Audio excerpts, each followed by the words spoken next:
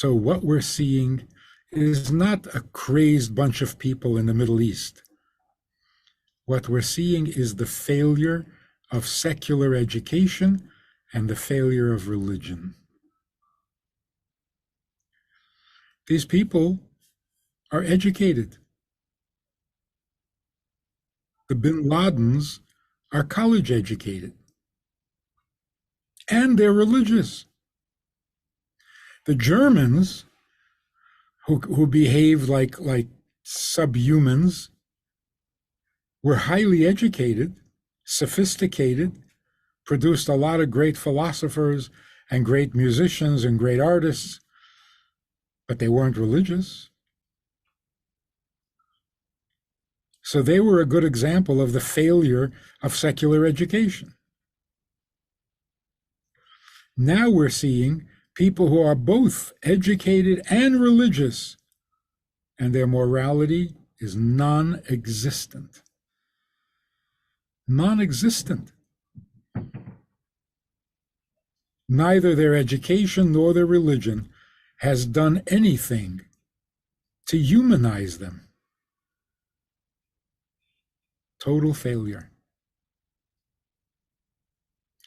So will the world wake up? Will the world mature and realize the emptiness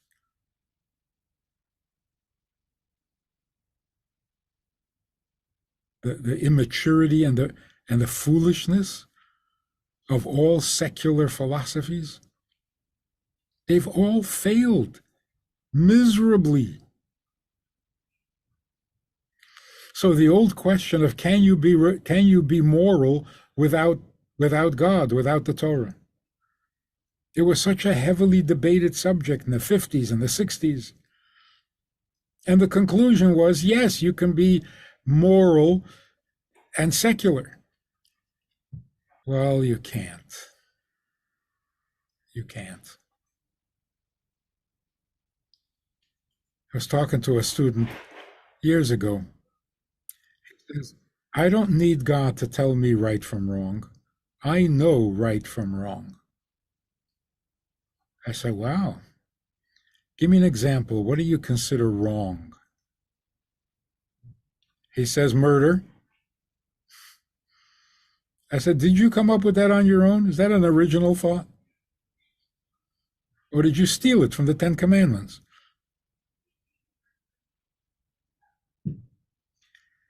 When we had grandparents who believed in God, even though our parents didn't, there was some kind of a trickle-down effect, and we at least knew that you don't murder. You don't commit adultery. But that wasn't coming from the secular education. That was coming from the grandfather's awareness of God, or in most cases, the grandmother. But now that it's been 4 generations since the grandmother and grandfather believed in God, now there's nothing left.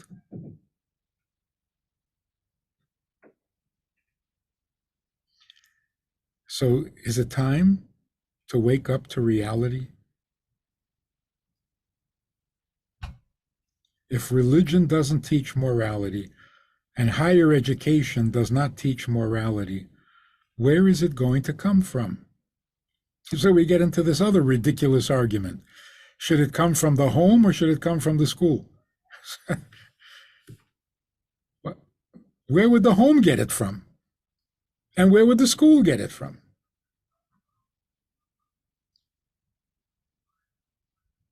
We're not getting to the source of things. Where does morality come from? So that the home can teach it, or the school can teach it, or the religion can teach it. But where is it coming from? There's only one source, and that is God's commandments.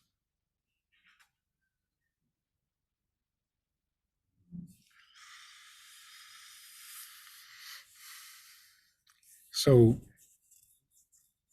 the disaster is not just the bloodthirsty terrorists of Gaza. It's the human condition that has not really improved much.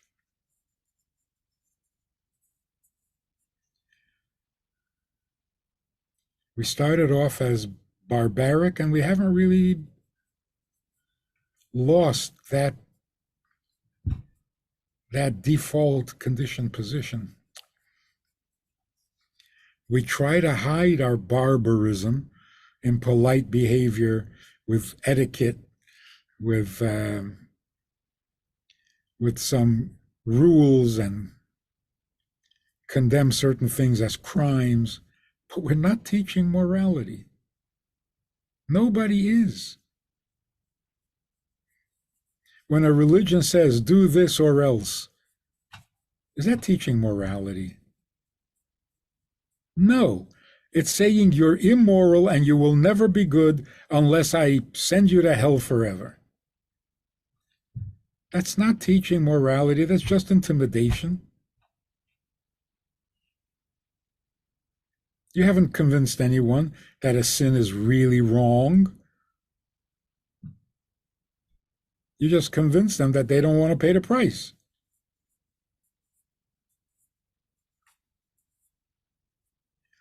You haven't convinced them that good is really good. You just offered them you made them an offer they can't refuse. You're going to give them heaven? Oh, sure. Now they'll do what you ask them to do, even though they still don't know what's right about it, what's moral about it, what's good about it. We haven't taught morality if you teach religion. And that's why the only hope left is Torah. Torah is not a religion. Torah educates you in what is godly and what is ungodly, and tells you to do it because of that reason and not for the reward and not to avoid the punishment. So the good people of today are not doing it for the reward. We've been so turned off to that whole line of thinking, reward and punishment, punishment and reward. We hate it. Tell me what is right, and I will do what is right. Don't threaten me, and don't bribe me. Just tell me what is right. So the good people of today are, in fact, doing good altruistically. And that's another old debate. Can human beings really be altruistic? Well, the answer is, it's the only way we can be healthy. Only when we are altruistic are we sane and healthy. So are we capable? It's what we're best at. We are at our best, our healthiest self is altruistic. And that's why the religiosity of reward and punishment, heaven and hell, is so destructive and so totally unnecessary. Good people don't need to be threatened, and bad people will not become any better as a result of the threat. These terrorists who massacred children and unspeakable things, they knew they'd get killed. They didn't think they'd get away with it. So threatening them wouldn't have stopped them at all. Their passions are too strong. Even the fear of death does not slow them down. So who benefits from this reward and punishment principle? Those who are good don't need it. Those who are bad are not improved by it. So it's time to grow up. Time to grow up. People who protested in the streets of Tel Aviv and Jerusalem and all over the country over quibbling over some concept or principle or detail in the type of democracy that they, was it worth it? Was that something to quibble about? Democracy is good if it promotes goodness. Otherwise, it's just as bad as any other political system.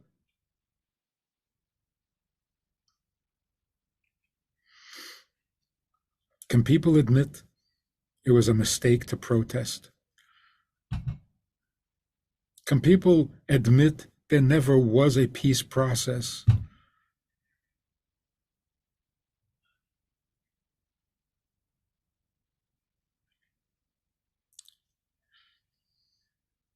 Can people admit that you are not allowed to sacrifice the lives of your soldiers in order to protect the lives of the enemy civilians? Can we get our heads on straight?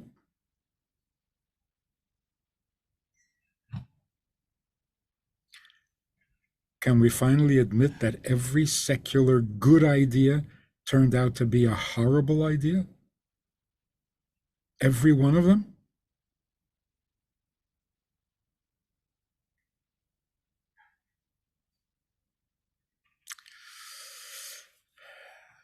So the students at Harvard, the student groups at Harvard, the most intelligent of the intelligent, made a statement, a policy statement, that they blame all the violence in the Middle East on Israel.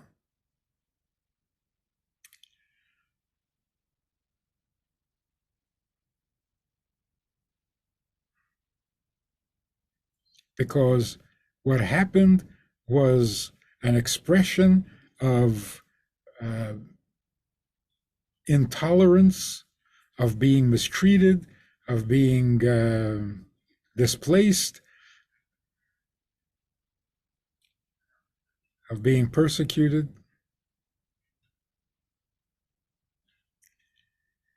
How immature, how totally morally bankrupt the smartest of the smart, the most educated of the educated.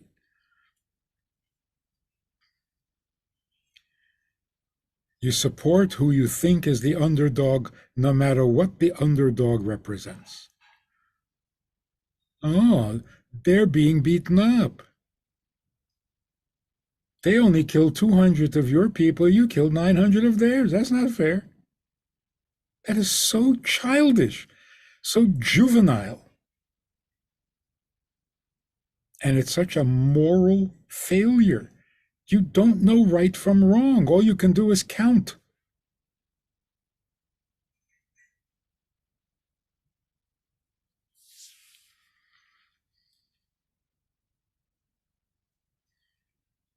Being good at numbers does not make you a moral human being.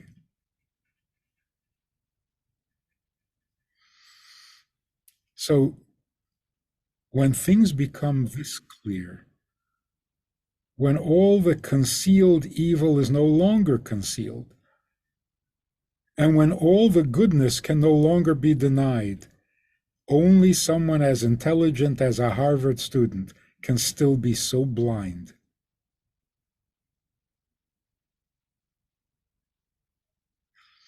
Even calling it violence, they have a very limited vocabulary. What happened was not violence. What happened was bloodlust. They didn't come away feeling liberated. They didn't come away feeling like they won a battle. They came away drunk with pleasure for the people they killed, the babies they massacred, the blood they shed. It was an orgy, not violence.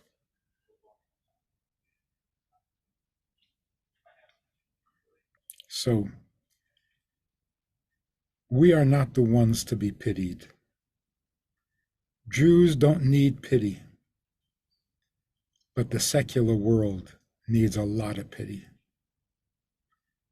They were so misled so misinformed, so twisted in their education and in their religion.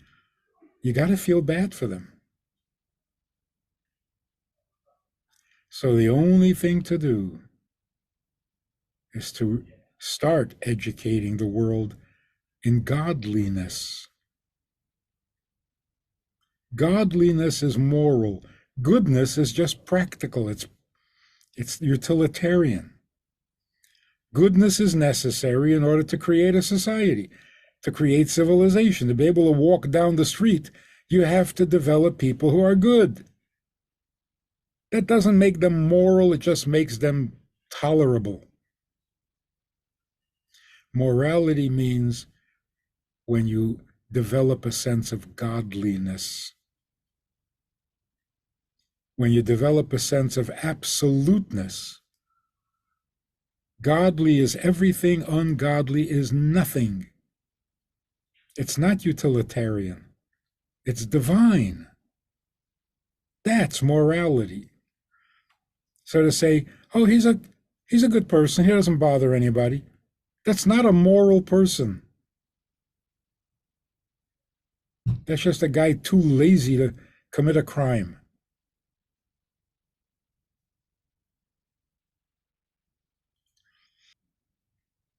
To be a good human being, you have to introduce godliness,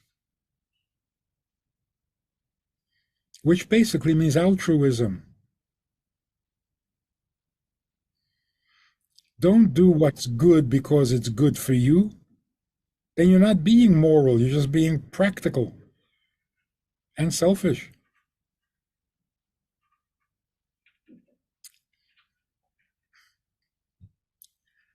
I think we should dedicate this coming year to really studying the Torah, getting to know God, what God loves, what God hates, to really bring godliness into focus, because the world is so desperate for it.